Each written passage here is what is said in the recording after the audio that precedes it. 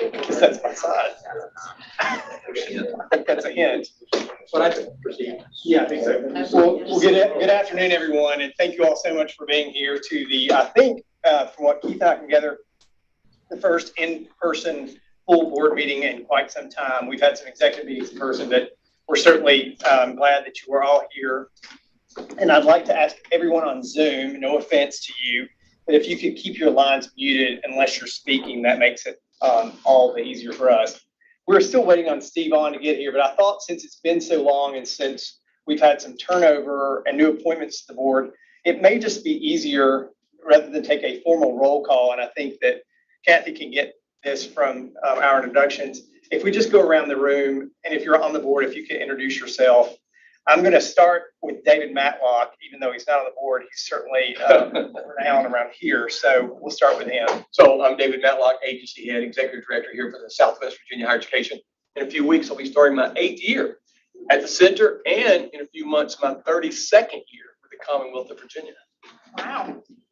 I'm Sophie Chafin-Vance. I'm with First Bank and Trust Company. I'm their Chief Operations Officer. I've been with the bank since graduating high school in 2005.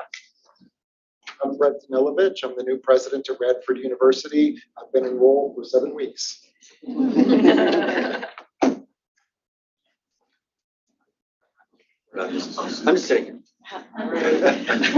Hi, I'm Susan Parrish. I'm Dean of the College of Health Professions at Virginia Commonwealth University.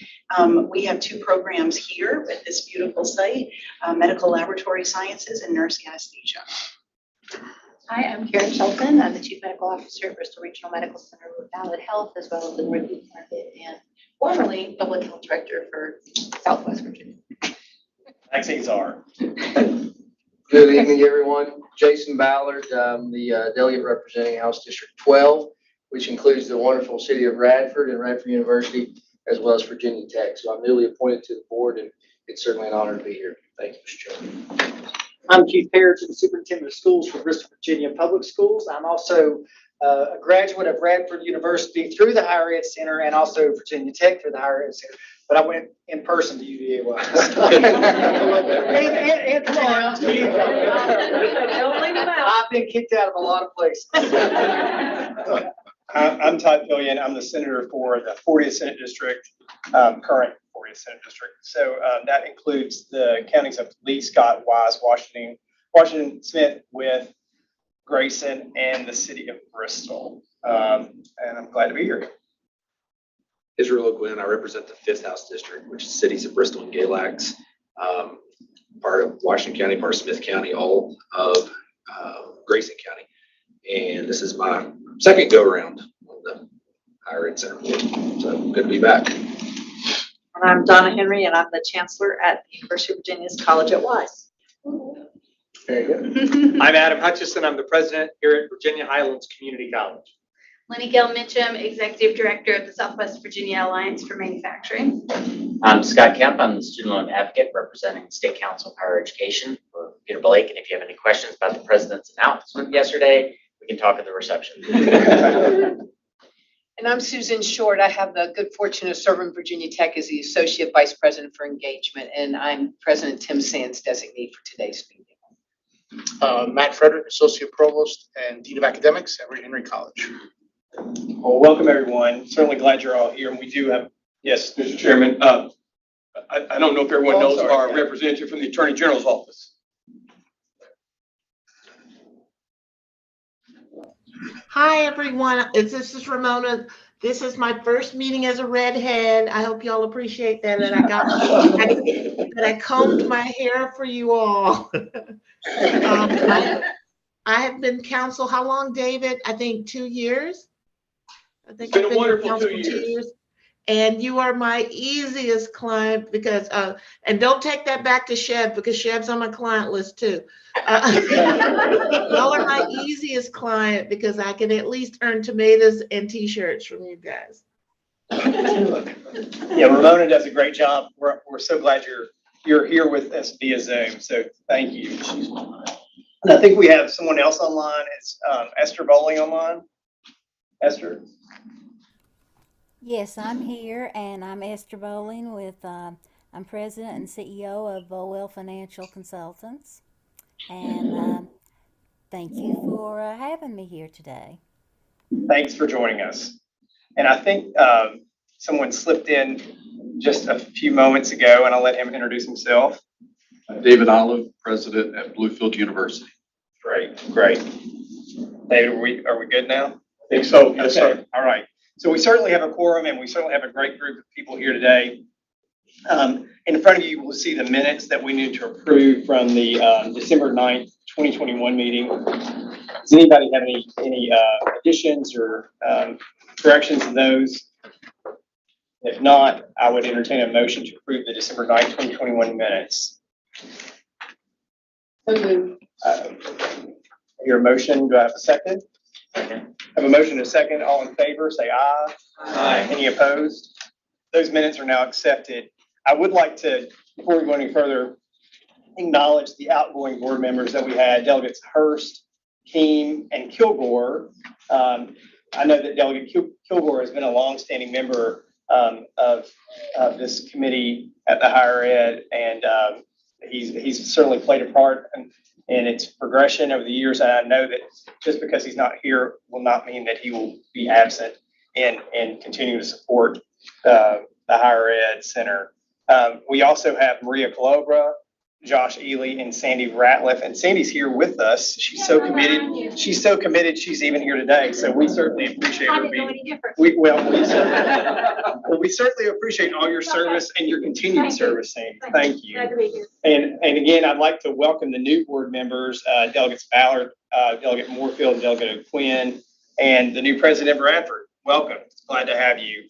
Esther Bowling, Karen Shelton, Sophie Chafin Vance, and Keith has been reappointed for his great service, so he's here as well. So at the December 2021 meeting, I appointed Lenny Gale Mincham, Terry Kilgore, and Adam Hutchinson as members of an officer nominating committee in anticipation of electing board members at the June 2022 meeting. We were unable to meet in June, of course, but so now I'm going to call on her to give us a report from that nominating committee. Yeah, it's short and sweet and simple. The nominating committee, Mr. Chairman, respectfully submits the following nominees for board officers.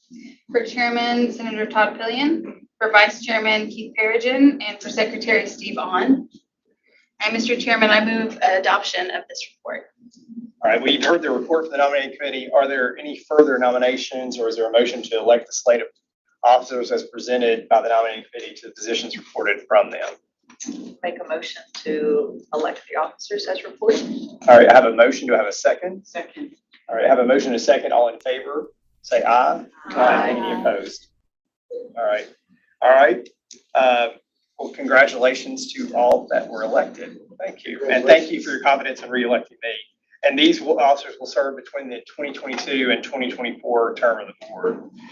Now, as always, we have a wonderful report from our director prepared, and that's His Excellency David Matlock, doing great things with great people at a great place, or something along those lines. But we're looking forward to that. I'm going to kick it over to you, David. Okay, let's make sure we're working. Okay. So this way. I'll turn this one. Well, good afternoon. As Senator Pillion announced, I'm David Matlock, agency head here, and we are a great place doing great things because of great people. Because and FY22 was a really good year for us. You know, we remain a very efficient and effective state agency. It's because of the great people we have here. So I just want to point out that throughout your packet today, I'm not going to be able to talk about every college, every university, every department, everything that goes on here, because there's so much good happening.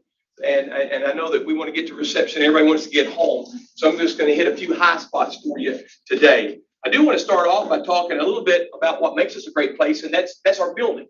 And I promised you a construction update. For several meetings now, you've been hearing me talking about replacing every window, all those windows across the front.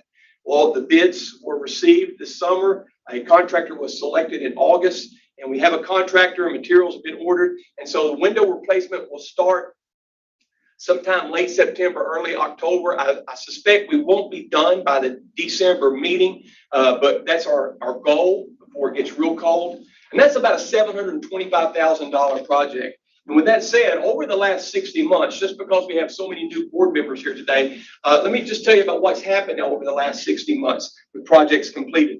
We put in a new cooling tower, completed that a little over 60 months ago. That was a $70,000 project. We put a new roof on, and that was right at a $600,000 project. And then we did the addition right during the middle of COVID, and that was a $2.4 million project. And then last year, we completed our HVAC system. This building is getting ready to turn 25 in a few weeks. The agency's a little over 30 years old. And so as a 25-year-old building with 25-year-old technology, we had to replace the HVAC system. And that was a $3.1 million deal. It was a big deal, but it's working. I hope that you're enjoying this 69.5 degree temperature in here.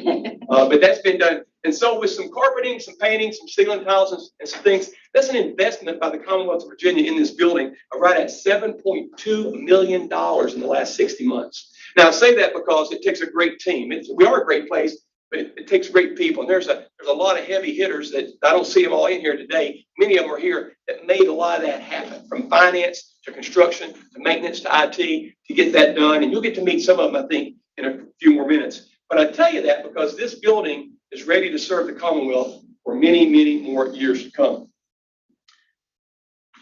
These are some of our partners that were very active with us in the last year. When I say that we were very, very much effective and efficient operation.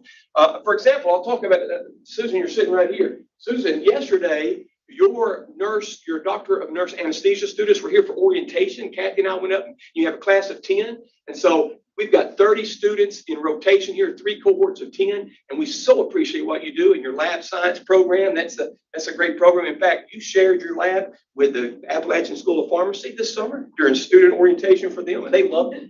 And so thank you so much. I see Angela here from ODU, and I know no one from ODU is online, but lots of good things are happening there. And of course, our UVA-wise partners, I see Courtney back there and her team. Donna, I just want to say this. I'll just say this as a blanket statement. To all the college presidents, I won't go around the room and talk about everybody right now, but your personnel, your team, your feet on the ground here at the center, Virginia Tech, everybody, they're doing an outstanding job. They represent your institution well. So let's hit a couple more things. I think in the agenda after we talk about construction, we're going to talk about some KPIs, some financial things. So let me see if I can just kind of, when I say we're efficient and effective, let me hit a couple things and try to keep it as simple as possible. So we'll go back to 2011 to 2022, a little over a 10-year span, and I've got the 4-year averages in there. But what I want you to understand is our general fund is about $2.5 million. So as a state agency, our model is a little different than a lot of other state agencies. If all we did was spend state agency general funds, Scott, we would have to close our doors early March. They don't fund us for 12 months. We have to generate our income, and that's where this non-general income comes from. And so if you take 2, 4, and 7,000, we're about $3.1 to $3.2 million in revenue each year, because we also have some restricted state revenue from some different things. But I tell you that because when we're bringing in $3.2 to $3.3 million each year, doing a lot of things, our total operating expenses last year were $3 million. So if we're bringing in 3.2 and we're only spending 3, we have a positive cash flow, and that's can be directly. If you look here on our carry forward from 160,000 in 2011, we're at 2 million. Now, understand this: we're not in the business to be effective and efficient so that we have $2 million in the bank. We have $2 million in the bank so that we can invest it in the students and the citizens of Southwest Virginia, and we're getting ready to make some big investments. One of them you're going to hear about a little bit later in the presentation. We're getting ready to, you'll hear a little bit about later, our new virtual cadaver lab and some other things getting ready to happen. So we're getting ready to use some of that money because, Scott, at SHEV, in education, we're all about serving people. And I think we've done a really good job. Let me stop right there. You have financial reports, but I can just say this. We are hitting all of our budget targets. We are exceeding revenue. and expenses are well under control. Now, when you look at the budget that you approved, it's going to look a little inflated because we're carrying a couple $1 million in our rural Virginia IT program that kind of throws those statements off. That's why I decided today to focus on just some KPI data, and that's in your packet.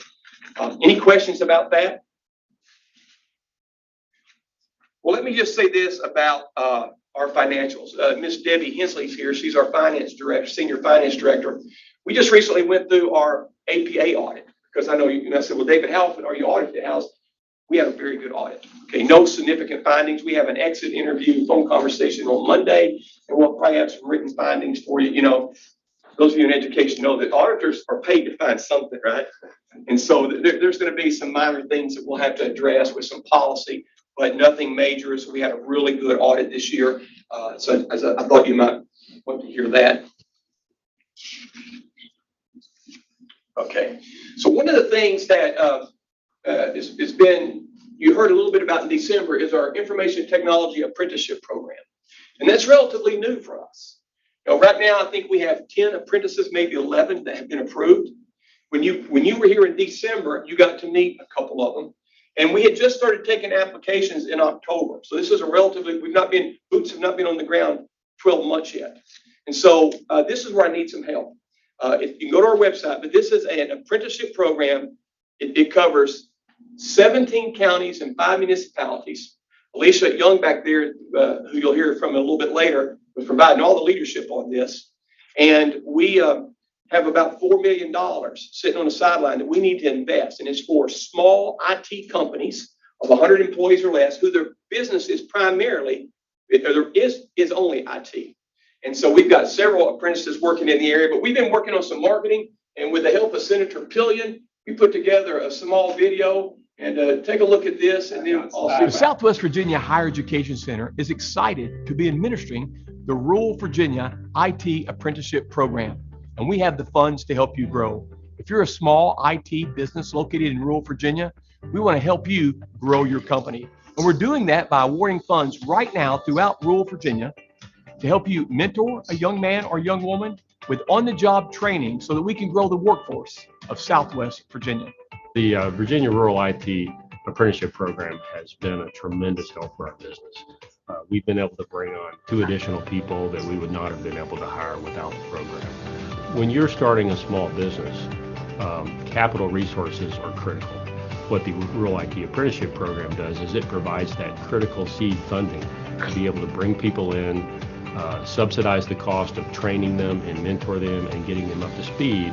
So every step of the way, I've had professionals helping me decide things from a day-to-day basis to also future career goals that I'm looking towards. And so the apprenticeship program has really kind of helped establish my first steps in a new IT career.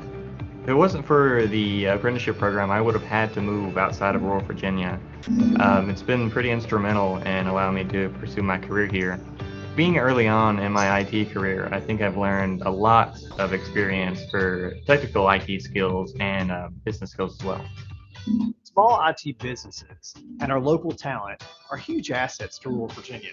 That's why the General Assembly funded apprenticeship programs to support IT careers in both Southwest and Southside Virginia. Our team is here to help assist you every step of the way. We will guide you through the application process with the Department of Labor. We'll help you find qualified talent, and we'll help you get the funding needed to grow your business. The Rural Virginia IT Apprenticeship Program, it's a game changer. It's a game changer because we're investing in people, we're investing in companies, we're investing in the region. It will pay dividends for years to come. So with us today is a senior from Emory and Henry, Miss Bailey King. Bailey, would you like to stand up? Bailey is a senior at Emory and Henry, and she can tell you about her major, but she is our senior project. Her senior project. She's going to be working with me and helping me with some marketing. So Bailey, would you like to tell them a little bit about how you got here?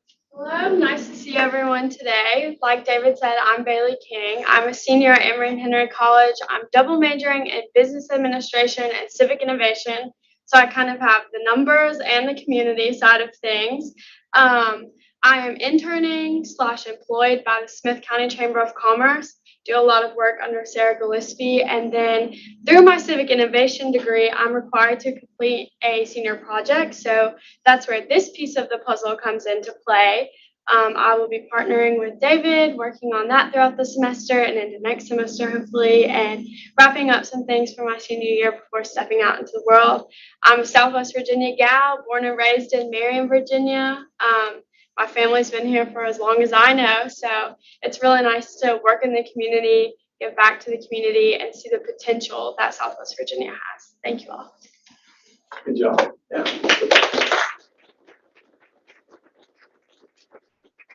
Bailey's going to be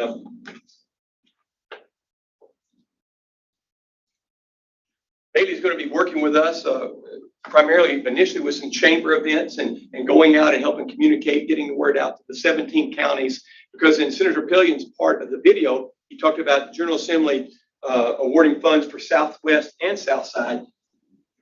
We are the fiscal agent. We're the hub for both Southside and Southwest, and so Bailey's going to help me. And anything that I can, anything way you can assist me, we would take that as well. We'll talk about just a couple other things real quick. I want to talk about King University for a second because this past summer, just this past week, this photograph was taken because they have a family nurse practitioner program here. You know, you can get your RN at VHCC and go from RN, BSN, nurse practitioner, doctorate of nurse anesthesia here in this building. And so instead of me telling you a little bit about that, I invited one of the recent graduates, Miss Andrea Newton. Andrea, would you like to come forward and share a little bit about your experience? Absolutely. Thank you, David. So some of you I know some of you have taught my children, some of you I've gone to church with, and some of you I'm friends with. And it's a pleasure to come tell my journey. David asked that I share. I'm very proud that I have done my entire education in this county. I'm a lifelong resident of Abingdon, Washington County, Virginia. I do live near Emory currently. So I went to Washington County schools and Abingdon High School graduate. Didn't know what I wanted to do, chose to come to Highlands Community College. I got a 2-year degree in legal assisting, wanted to be a nurse, didn't like blood. Saw the videos that I'm out. So I did that legal assisting. I worked for Watson and Buddington for many years and friends of mine. And then I took care of my grandparents with dementia, had my children. I have 3 children and going to a volleyball game here in a minute with one at Patrick Henry. So, but anyway, so I decided that I wanted to get back to nursing school after having my children. And my husband said, "You've lost your mind." I said, "Maybe, but that's my passion and that's what I want to do." So talked to David. He got me lined up with everybody that needed to help me as far as advisement and financial and so forth. So I went to Highlands. I finished up over the summer, and then I went to the nursing RN program here. And it's a fantastic program. I got great experience. I've been currently employed at Ballard for 10 years. I'm currently hired as a nurse practitioner for Dr. Pierre Estefan at SWVA Heart Institute, where I have been with those docs for about 10 years. I started on 3 West and then went to Cath Lab and everything like that. But anyway, back to my nursing degree. Started here at Virginia Highlands, finished my RN, went to King at Bristol and the night program because it was doable with a work schedule. Got my BSN, continued to get experience. And then my coworkers are like, "You need to go back to nurse practitioner school." I said, "Well, let's see." So I applied up here at the Higher Ed Center and got in. Didn't really have a plan. So did it, just graduated. I'm just very excited that you all offer this. Thank you for what you do in our community and for allowing people who live here, work here, to support them financially and make them feel like they can achieve their goals. I'm proud to say that I probably will owe $25,000 by the time I'm finished with my nurse practitioner over time, and President will help me with that, whoever said that. But anyway, I just want to say thank you for what you all do, for supporting our community, for helping our kids get smart and make careers that they can stay here. They don't have to go elsewhere. And thank you for all you do.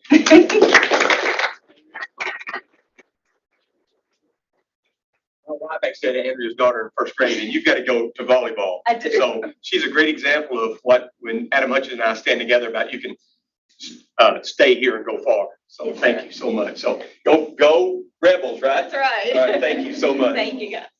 The nurse practitioner program, that's a residential program. They have a couple different models here. They graduated, I think, 22 last week. Today was the first day of class for another residential group of 24. We also have two other cohorts going on. One is totally online, and all the content originates here. The other one is a hybrid model, and again, all the content originates here. Great program, great opportunities.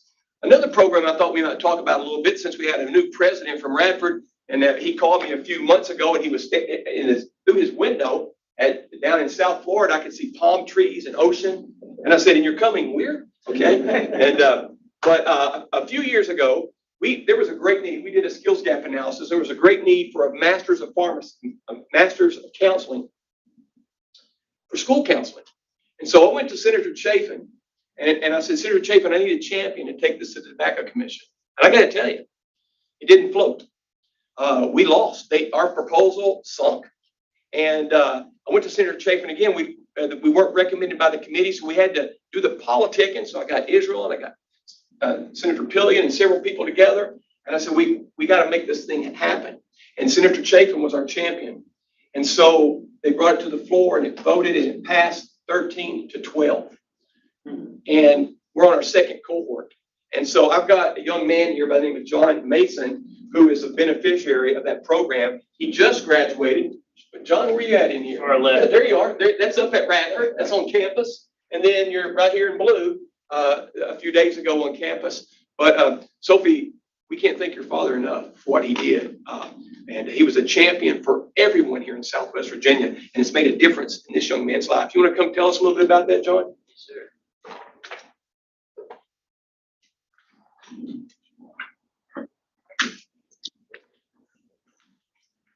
Thank you all. This is an honor. I usually talk to kids in the elementary level all day. So. First off, I am from the area, Washington County, Bristol resident, through John Battle High School, and attended Virginia Highlands Community College. That time I had that I would like to go into school counseling. Graduated with my associate's degree and went to transfer to Milligan College. During that time, I knew that the next step ideally was to go forward to get a master's degree. It sounds simple, but I felt like that wasn't the best decision for me at that time. So I went out into the world and tried to find what I could get with a bachelor's of psychology. And then spent the next 12 years working in different human services agencies, family preservation services, and then Highlands Community Services. Working in schools, so I would make my appearance in several schools across Washington County, doing a day treatment program, working with students with behavior, emotional needs. Really enjoyed that. It helped me get my face out there with all the local schools. All the while, I kept still part of me that was like, I want to go back and do this. Whatever reason or another, I would apply at different places. Either I didn't get in, or it was too expensive. Finally, in 2019, she's a friend and now an employee of here in Radford, Amanda Baldwin Eastsett. We had known each other previously through another agency. She messaged me and said they were starting another cohort at Higher Ed Center. And so I went to the information meeting. Actually saw another student who's we worked together. Now she's also employed by Washington County too. But it helped knowing someone that we decided, well, let's do this. Let's go this together. So the first step in getting in was just an achievement in itself. Then when I realized, okay, now we're going to have to pay for this. How are we going to do this? And that was when we had received an email about the tobacco grant, which was relatively cut the cost, just a little bit more than half. So I told my wife, we have no reason not to do this now. So I was accepted, got in, started the process in January of 2020. Things are going great. The professor's coming down on Monday nights, and that first of all was just a wonderful experience, and not having to, for one, I know sometimes There's other programs where weekends are filled or it's strictly online. This was nice to be able to drive 20 minutes up the road and meet with the professors, have classes back to back, and kind of do it that way. Of course, when COVID happened, my world was rocked, as was everybody's, but I actually lost my job. I was laid off at Highlands Community Services, and I was like, what am I going to do? But the thing that actually was just the silver lining in that was it actually helps me work harder. I applied myself even harder to my work and in my program, because then I was like, I have to work towards this. So that helped me realize that there was a finish line and process. And so we went through to the program. At first, all of us were immediately with COVID. Okay, we're on one line, and I have to commend the staff of the Higher Ed Center and for Radford for they would be with us on Monday nights, either it was on the computer or here. And so I can't say how much that meant to me personally. And then that fall, we were able to meet back in person. Time went on, knew I had a year left before I graduated. Actually started applying for some positions. And Washington County Schools took a chance with me, even though I had been around. Valley Institute, a school down the lower end of Washington County, hired me. Miss Cindy Jackson is the principal there. And so I was basically hired as a school counselor a year before I finished. So that in itself was just, I owe a lot to the college, to my family, just everybody kind of working together to make that possible. And so, I don't know if anybody particular in this room helped that tobacco grant or what, but I do thank you all for making this possible, that people like me can go back and do these things that are amazing, because I feel like when you do that, you want to apply yourself as much as you can for the next generation coming up.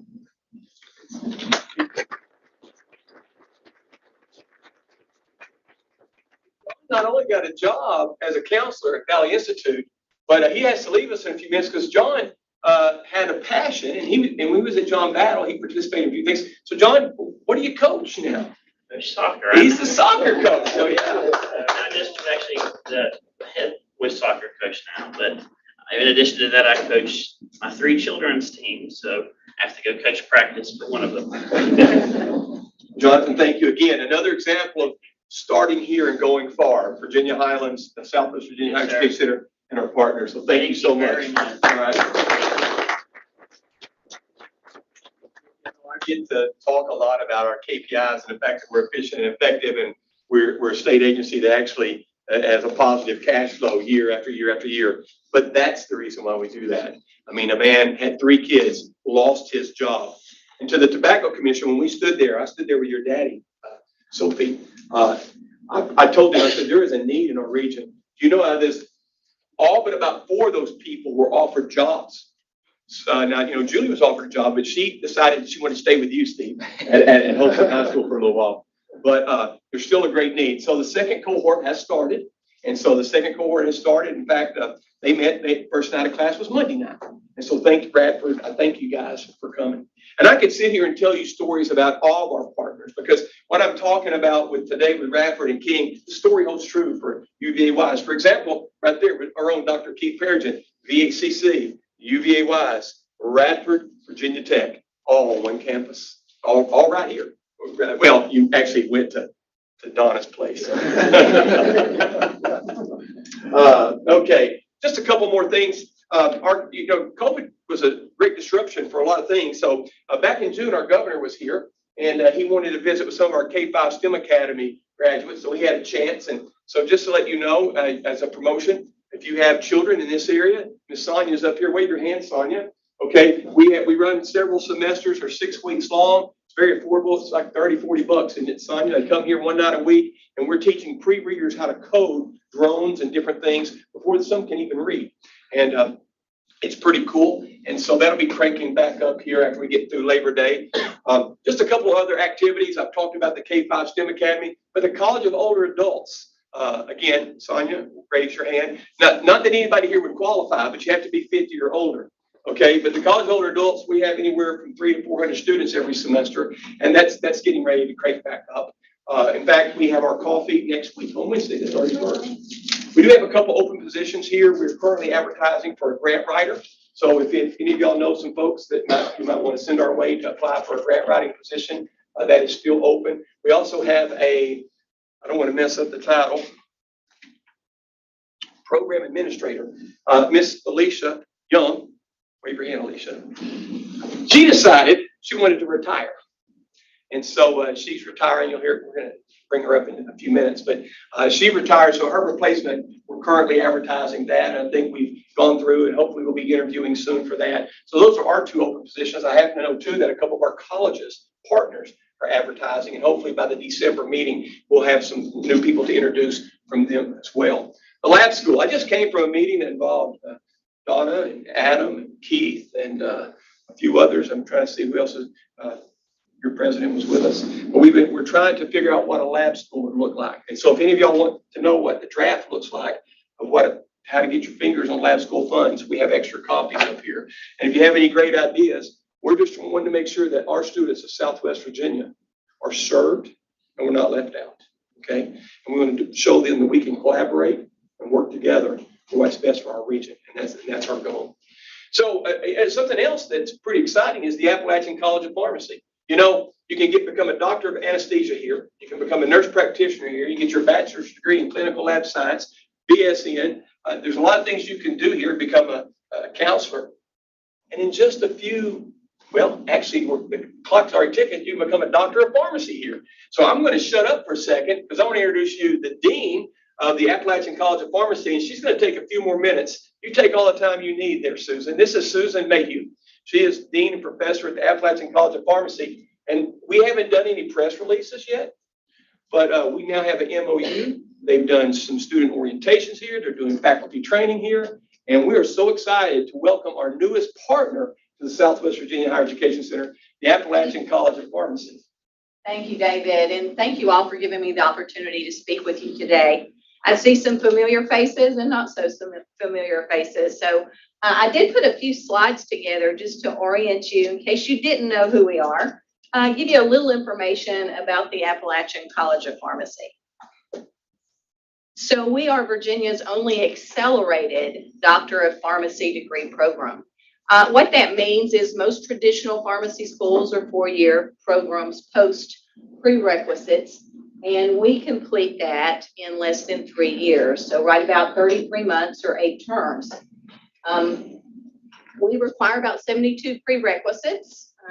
When we finish the program, our students have over 150 credit hours in that doctorate degree program.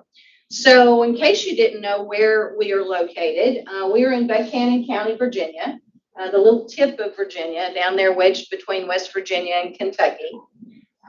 But we have students from all over the nation and internationally as well. These are the current stats for our incoming class that just started a couple weeks ago. One note of particular, almost 70% of our students are from the Appalachia Regional Commission area, which is part of our mission. But as you can see, we've got Canada represented, Bangladesh, states all across the nation. Every year, obviously, most of our students do come from Virginia. No surprise, it's where we'd like for them to come from. The second state is Kentucky, predominantly Eastern Kentucky.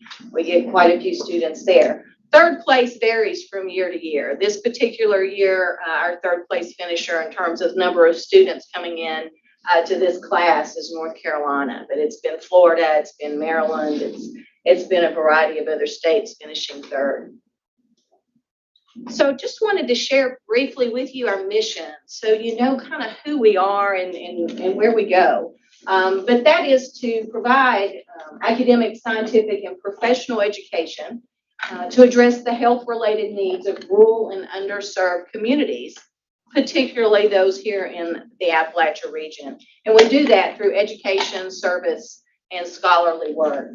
Our philosophy is to cultivate a learning community committed to education, community outreach, and the professional development of our pharmacy students. So just a quick look at our curriculum and why this is important and relevant to you, why you might want to know that, is we hope to offer our second year curriculum here at the Higher Ed Center to a cohort of students. And the second year curriculum is what we term our pharmacotherapy courses. This is where the rubber meets the road. This is where the students take all that foundational knowledge that they've gained and turn it into clinical application through a variety of courses. Everything from infectious disease to oncology to endocrine to cardiology and so on. So that's the didactic curriculum. Our experiential curriculum is the hands-on piece. That's the clinical rotation aspect of our degree program. And while that starts the first and second years in pharmacy school, it really culminates that third year and comprises almost the entire third year of our curriculum. Why is that relevant? A lot of our rotation sites are here in Abingdon and Bristol and Kingsport and the Johnson City area. So we already have lots of faculty who are based here in this region, which makes our transition a step to expand our footing into Southwest Virginia and Abingdon much easier for us. So some of you all just may not realize all the specialty areas that pharmacists can function in and specialize in. And often some of these have board certifications in them as well. So we have pharmacy specialists in infectious disease and psych and cardiology. We have primary care pharmacists functioning and practicing in a variety of clinics throughout Southwest Virginia and Eastern Kentucky. But these are rotation opportunities for our students and also specialty areas of practice for pharmacists. You're used to seeing the pharmacist in Walmart or Walgreens behind the counter, but there are a lot of other things that pharmacists engage in that you don't see on the surface. Earning potential. Well, right out of the chute, our students are earning a six-figure income, in the range of around $130,000 a year. And that's just for a regular 40-hour work week. If they pick up extra shifts or work holidays, it certainly ramps up. And interesting, and the first time I've seen this in about 10 years, we're now seeing fairly large sign-on bonuses for pharmacists in the range of $50,000 to $75,000 just to sign on. Walgreens had a promotional on that, and it's been publicized in the several news magazines lately.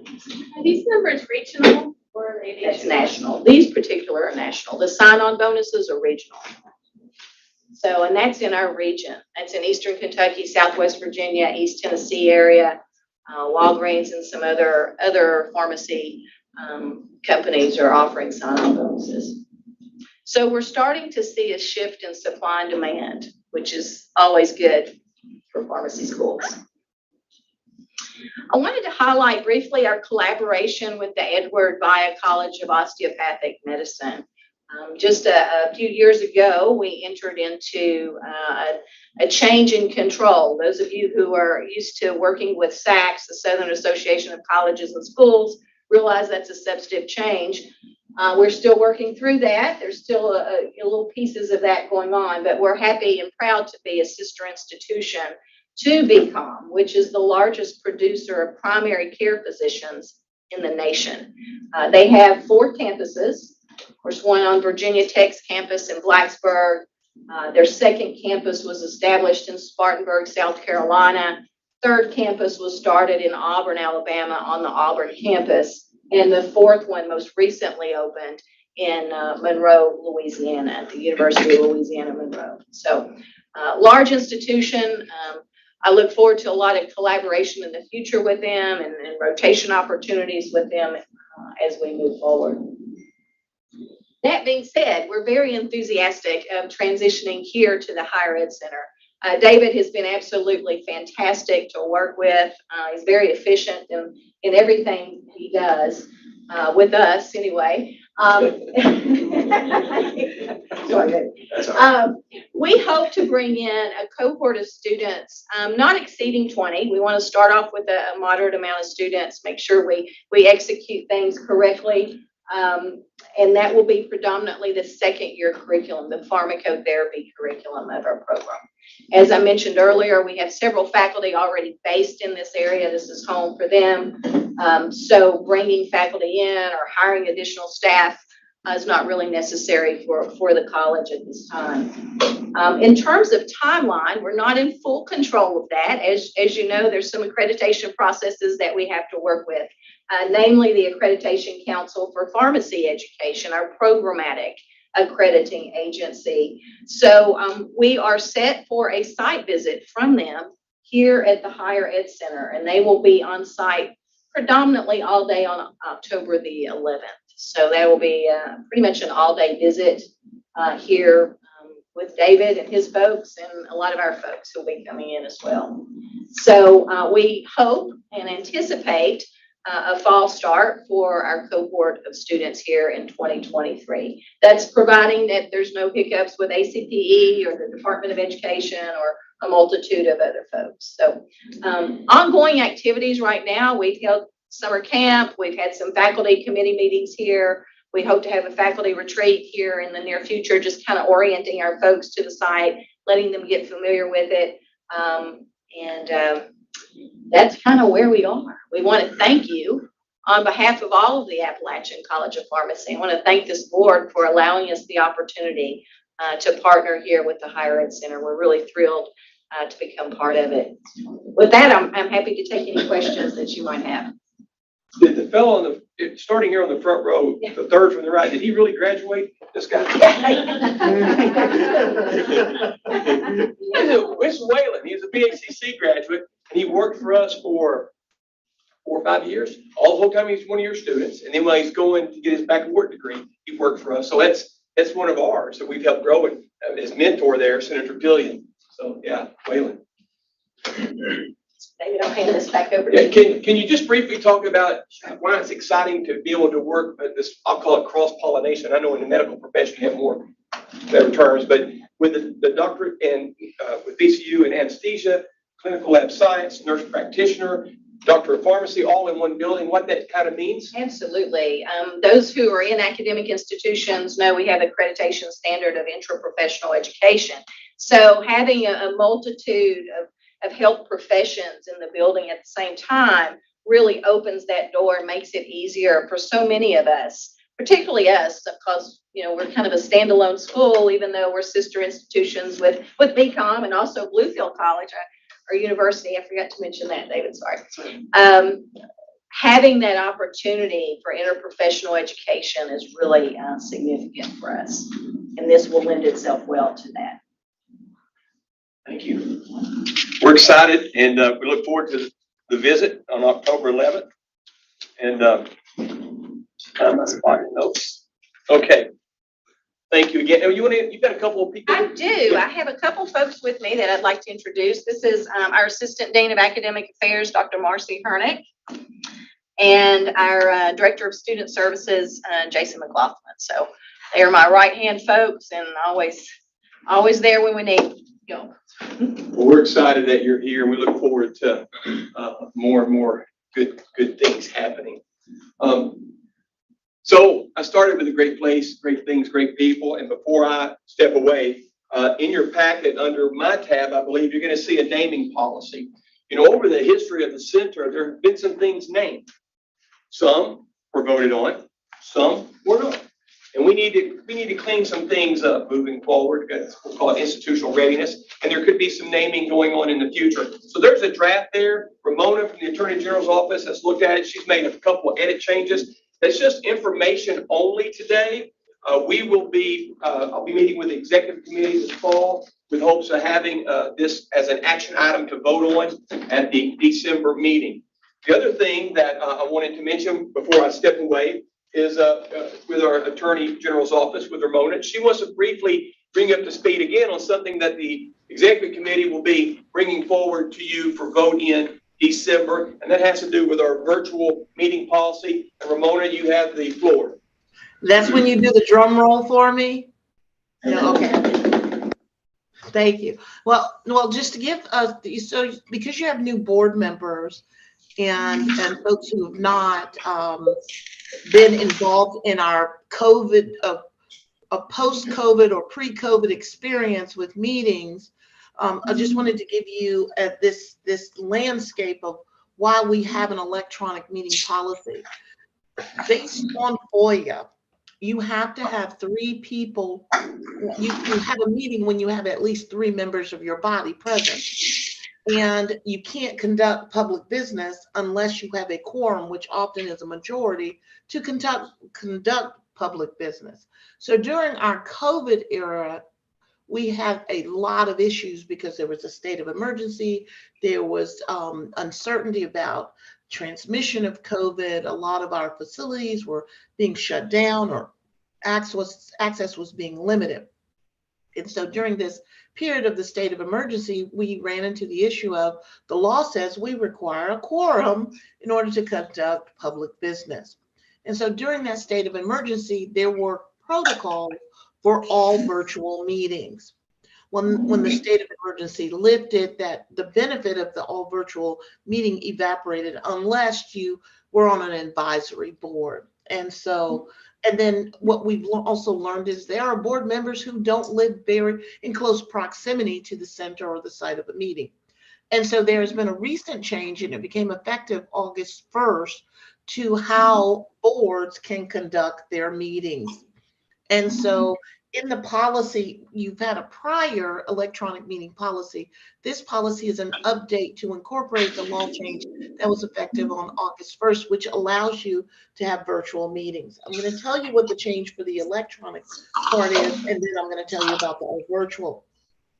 When you have an electronic meeting, like I'm participating during Zoom, but if you've noticed, you have a majority present in the room. Say if you had board members who wanted to participate because they couldn't be there for some reason, well, you have the opportunity to allow them to fully participate in their physical absence based on this policy, which is mandated by law.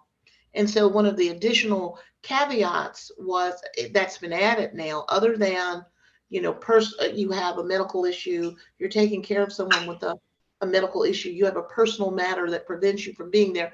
You also have the exception of if you are living or you are within more than 60 miles from the site of the meeting, you can still electronically participate, and you are waived in or voted in to participate based on this policy. When it comes to the all virtual meeting, which caused a great deal of excitement across my client groups, they immediately want to have a virtual meeting. I said, wait a minute, we have to approve the policy before you can have the virtual meeting. That actually, it is as it sounds. You can have an all virtual meeting where you can conduct public business. All you have to do is have your chair or a majority of the board say, I think we're going to do an all virtual meeting. And then you can follow through with proper notice to the public, making sure that, you know, you have board members who are not, more than 2 are not in the same location during that virtual meeting. And then that will give you the convenience of still conducting public business, being in a convenient location, maybe because the majority of the board couldn't travel, or half of your board was down at the General Assembly because there are matters that they needed to attend to, but you still could to do what you need to do as the Board of Trustees for the Higher Education Center. In the rules, it says, or in the code, it says that you can have virtual meetings, but you can't have 2 consecutively. I posed a question to the attorney for the FOIA counsel, wanted us to be clear. That doesn't mean you can, that doesn't bar the executive committee meeting from having an all virtual meeting and then the full board having an all virtual meeting. What it means is each of those bodies count for virtual meetings is considered separate. So you can have a in-person with quorum meeting and then a virtual meeting, then in-person virtual meeting, and then another in-person and then virtual. So you break up those meetings. And so your committee meetings or sub bodies of your board, they don't count against your full count. Your all virtual meeting is not the same as your emergency meeting, because I have joked with David many a time that I think I'm going to be down there for a board meeting and I know it's going to snow. And I drive a Prius. I do not drive anything with 4-wheel drive. I would think that's the time you call a state of emergency. You guys probably don't. Me, I would with the Prius. But you have the opportunity to have emergency meetings if there is a state of emergency in the region in which the meeting is going to be called. And that can be all virtual. It doesn't fall into the same rules as your all virtual meeting, so it doesn't count against that overall count for the year for your all virtual meeting. So you have a lot of ways to participate electronically as a board, and so in furtherance of what you need to do for the center. So if you have any questions, the policy should be in a packet. It's for you to consider, and I think we're going to vote on that policy at your next full board meeting, which I hope will not be an emergency meeting because I will still be driving the Prius. But I tell you, the trade-off, gas mileage, pulling through snow, no.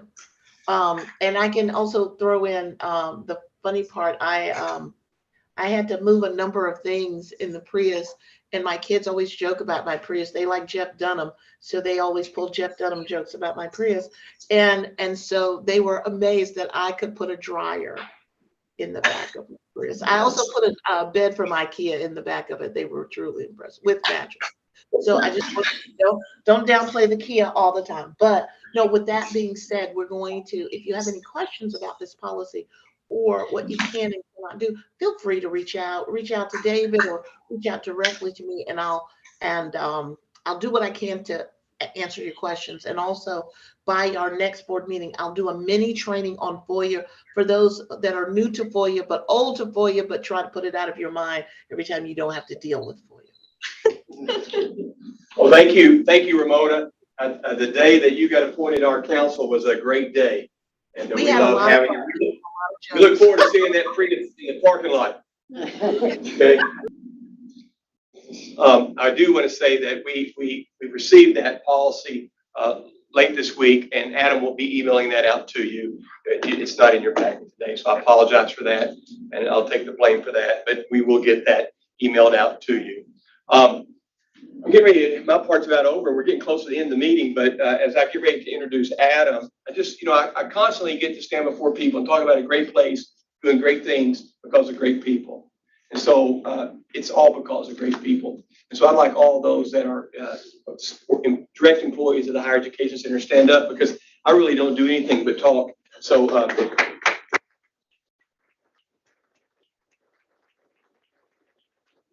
while you're standing, we have partner employees. They're all part of our family. I see we have UVAYs in the room.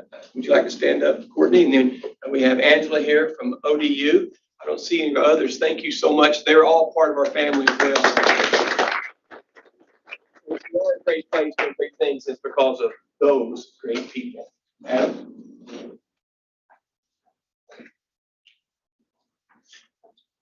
Thank you, David, and good afternoon, members of the board, staff, partners, and guests. I'm Adam Talbert.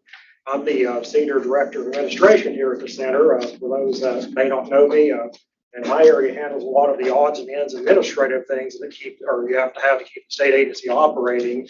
And a large part of that is the great people aspect of this. A large part of that is that personnel is handled in my office. And one of the things that we set out to do back in 2019, and then after that, COVID happened, as the chairman said, opening the meeting and disrupted a full board meeting for quite some time, is that we wanted to do an annual in June at the June board meeting recognition of our employees at the Higher Education Center had state service milestones, which is important. Folks that work for state government, there's policies and we're supposed to recognize their service. So what we're going to do is we have some catching up to do, going back to 2019, just a little bit after that. And some of these folks are probably close to another service award in the next 2 years, but we wanted to highlight this, and my associate Alicia Smeltzer is going to help me out with this here. Don't drop anything, but we have some nice awards prepared. And what salaried or service recognition includes all periods of salaried service in any state agency or branch of the government of the Commonwealth of Virginia. It doesn't include any wage or hourly employment service. A lot of folks will be part-time before they become full-time, so we don't mark that with the service recognition policy. And what we're going to hand out is service milestones for 1 year, 3 years, 5 years, and then in increments of 5 years after that. And like I said, this includes all state service and all agencies. You have some folks that have been to multiple agencies, which includes myself. My first few years with UVA was, the last several here at the Higher Education Center. So we'll just start this off here and see what we got.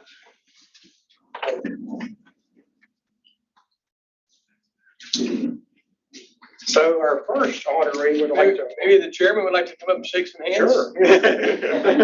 Of course I would. Thank you. Voters.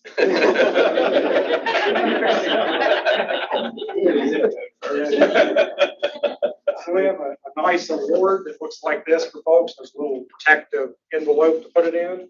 Our first honoree will be Sonia Van Hook, who had 20 years of state service with the Commonwealth.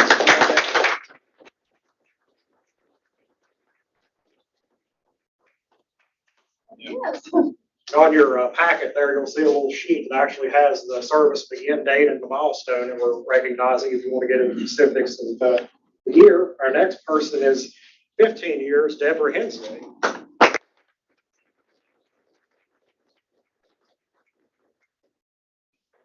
Thank you.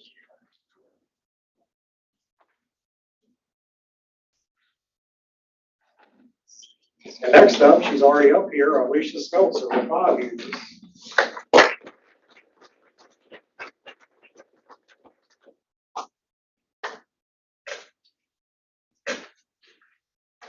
And next, we want to recognize Austin Dirks for 5 years. I'm not sure Austin doesn't appear to be. He's working. He's on the floor working. Oh, okay.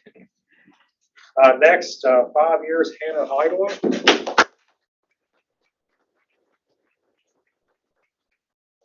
Yeah, you're a great job. Thanks. Patsy Rope with 5 years. Patsy, I don't think is with us. She's in the building, but she's working. Better off to go to this, David. Wow. We're efficient and effective.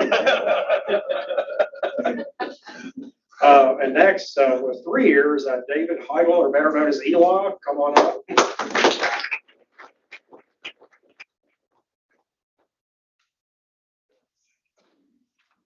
Then our next group here, somebody that's already, I'll let you know all of his valued service, that opened up, David Matlock, 30 years. Impressive.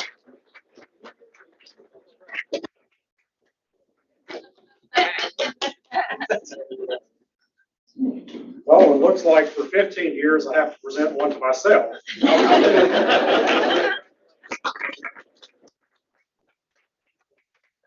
He's 16 actually with me. So, the next 15 years, Alicia Young.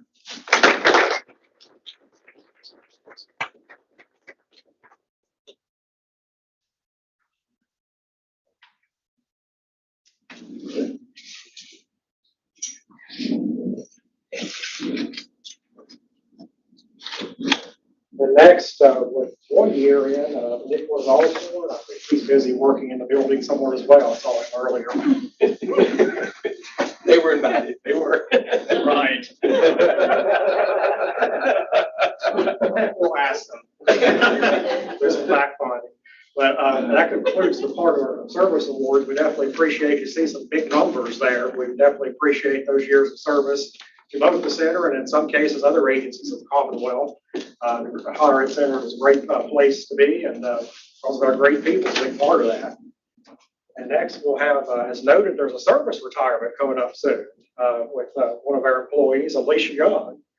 Will be retiring effective on September 1st, 2022, with a little over 15 years at that point. That's about 15 years and 5 months roughly. So we have a nice plaque. You get to have 2 today that commemorate your service retirement. We appreciate your service and thank you for all your contributions. Thank you so much for all you've done. Yeah. So I want to brag about Alicia just for a second. You know, we have a foundation here, and part of Alicia's job was the vice president of finance. Did I get that right? Okay, for the foundation. What?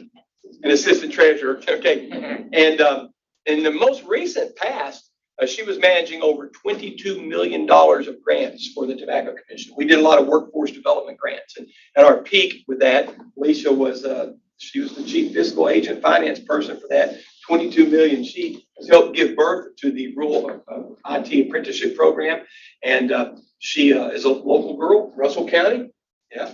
And so, Alicia, we want to wish you the best in retirement, and we invite you back, come back more often. And we're always looking for great volunteers. Okay. All right. Congratulations.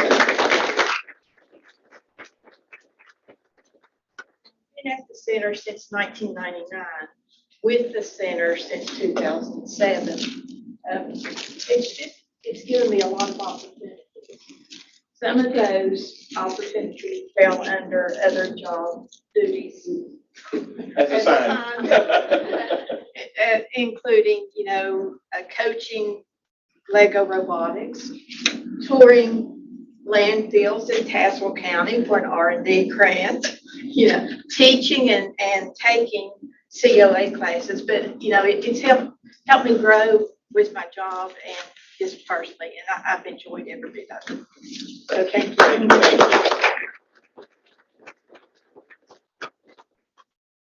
Thank you, Adam.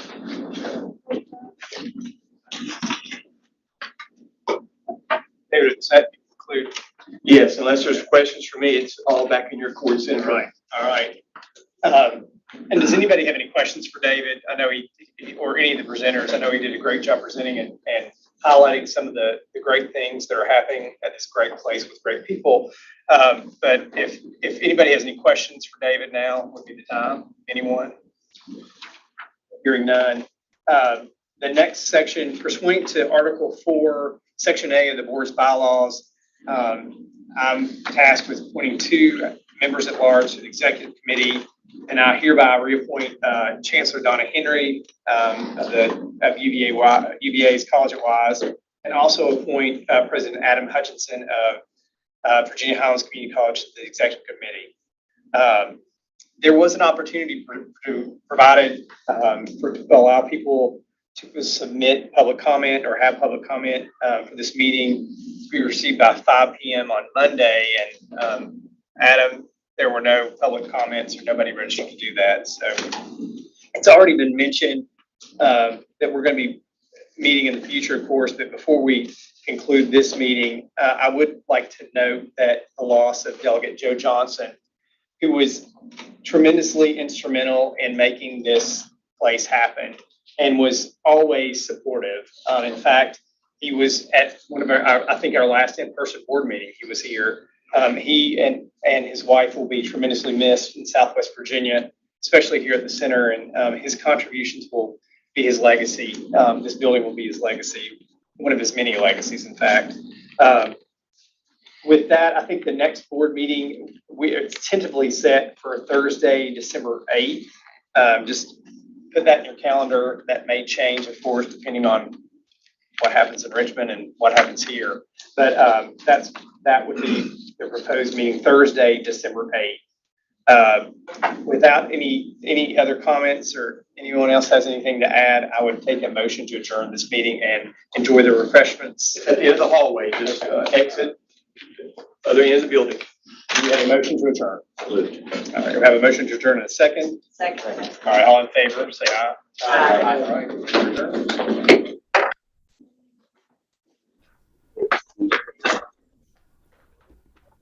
Have a good reception.